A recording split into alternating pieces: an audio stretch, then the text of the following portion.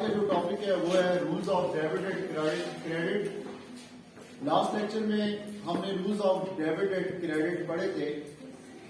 آج ہم ان کے مطابق analysis and classification of transaction کریں گے, پھر اس کی جرنل انٹری پاس کریں گے. میں نے آپ کو بتایا تھا کہ جس اسٹوڈنٹ کو rules of debit and credit آ جاتے ہیں اس سے وہ جرنل انٹری پاس کر لیتا ہے, پھر اس سے وہ لیجر بنا لیتا ہے, ٹرائل بیلنس بنا لیتا ہے, تو وہ یوں سمجھے کہ اس نے 50% اکاؤنٹنگ سیکھ لی.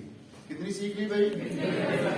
25% اکاؤنٹنگ وہ ہے جو میں نے شروع میں آپ کو بتایا تھا کہ آپ اکاؤنٹنگ کا جو سائیکل ہے پلس اکاؤنٹنگ کی جو ٹرمز ہیں, ٹرمینالوجی, یہ اگر آپ کو آ جاتی ہیں, ان کے کنسیپٹ کلیئر ہے, وہ 25% ہے.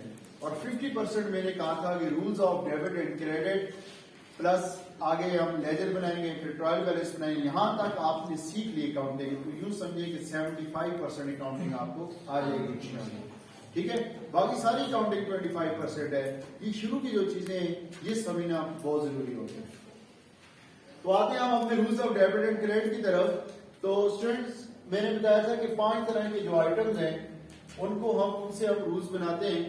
سب سے پہلے ہمارے پاس ایسٹس اور ایکسپینس جو ہیں ان کا ایک جیسا رول ہے. یہ بزنس میں جس وقت انکریز ہوتے ہیں ان کو ہم ڈیبٹ کرتے ہیں, جس وقت یہ بزنس میں ڈیکریز ہوتے ہیں یعنی ایرو کا نشان دیکھیں نیچے کی طرف آ رہے ہیں, کم ہو رہے ہیں, تو یہ کریڈٹ ہوتے ہیں. اسی طریقے سے لائبلٹیز ہیں پلس کیپٹل ہے پلس انکمز ہیں, ان کا ایک جیسا رول ہے. یہ اگر بزنس میں انکریز ہو رہے ہوں تو تب کریڈٹ ہوتے ہیں, اور جب یہ ڈیکریز ہو رہے ہوں تو تب کیا ہوتے ہیں؟ ڈیبٹ ہوتے ہیں. یہاں تک بات سمجھ آ گئی ہے؟ پھر آپ کی آسانی کے لیے میں نے ان کو نیچے ایکسپلین کر دیے. دیکھیں مثلاً ایسٹس ہیں, تو ایسٹس کیا ہوتے ہیں؟ کاروباری اثاثے ہوتے ہیں, پتہ ہے نا آپ کو. اب ایسٹس کی فار ایگزامپل کون کون سے ایسٹس ہو سکتے ہیں؟ کیش ہے پلس بینک ہے plus goods account receivable, inventories ہے, مارکیٹیبل سیکورٹیز ہیں, پلانٹ اینڈ مشینری ہے, لینڈ اینڈ بلڈنگ ہے, فرنیچر ہے, اکوپمنٹس ہے, پریمیسز ہے. یہ سارے کے سارے ہمارے ایسٹس ہوتے ہیں. ٹھیک ہے. اسی طریقے سے ایکسپینسز جو کاروباری خرچے جو ہوتے ہیں, دیکھیں یہ بزنس کو چلانے کے لیے جو ہم خرچے کرتے ہیں, آپریٹ کرنے کے لیے جو ہم خرچے کر رہے ہوتے ہیں. یہاں پہ میں ایک کانسیپٹ آپ کو دیتا جاؤں کہ یاد رکھیں بزنس جب کبھی بھی کوئی ایکسپینس کرے گا اس کے پیچھے بزنس کو کوئی نہ کوئی بینیفٹ ہو رہا ہوتا ہے. بزنس کوئی خرچہ اعلیٰ واسطے کا نہیں کر رہا ہوتا, اس کے پیچھے اس کو کوئی نہ کوئی فائدہ ہو رہا ہوتا ہے. فار ایگزامپل دیکھیں اب یہ ویجز ہیں, ویجز کس کو کہتے ہیں؟ جو دیہڑی دار لیبر ہوتے ہیں جن کو آپ ویجز پے کرتے ہیں, مزدوری جس کو آپ کہتے ہیں. سیلریز جو تنخواہ دار طبقہ ہوتا ہے, سیلریز آپ نے امپلائیز رکھے ہوتے ہیں اور at the end of month آپ ان کو سیلری پے کرتے ہیں. اسی طرح سے رینٹ, کرایہ, یہ بلڈنگ وغیرہ کا کرایہ ہوتا ہے, دکان کا کرایہ, بلڈنگ کا کرایہ. ٹھیک ہے.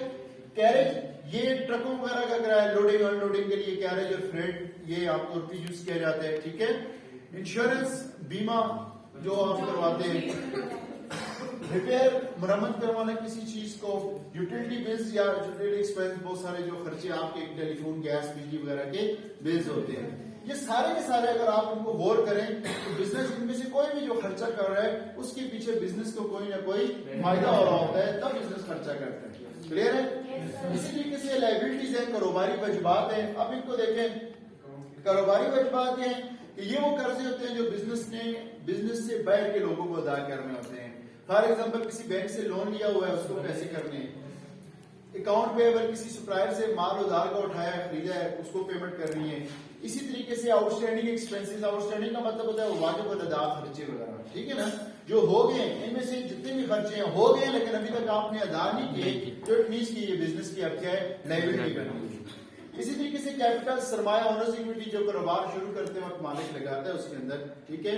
یہ بھی بزنس کی ذمہ لائبلٹی ہوتی ہے جو بزنس نے اپنے مالک کو ادا کرنی ہوتی ہے. اس طرح سے انکمز ہیں. انکم کا کیا ہے؟ کاروباری آمدن ہوتی ہے, جو اس کا میجر سورس آف انکم ہوتا ہے وہ سیلز ہوتی ہے. سروسز بزنس ہے, وہ سروسز جب دے گا تو اس کی انکم جو ہوگی وہ اس کی انکم ہوگی, آمدن ہوگی. اور اگر وہ گڈز ہے, مینوفیکچرنگ گڈز ہیں, تو وہ سیل کرے گا تو اس کی وہ میجر سورس آف انکم ہوگی. اسی طریقے سے رینٹ ریسیو ہے, کمیشن ریسیو ہے. ٹھیک ہے. انٹرسٹ ریسیو آ جاتا ہے. انٹرسٹ ویسے اسلام میں حرام ہے, ٹھیک ہے نا, لیکن یہ اگر یہ ساری انکم ہے آپ کی بزنس کی تو یہ کاروباری آمدن کہلاتی ہے. اب اسٹوڈنٹ انہی چیز کو مد نظر رکھتے ہوئے آگے ہم جاتے ہیں. ہمارا جو آج کا ٹاپک ہے وہ ہے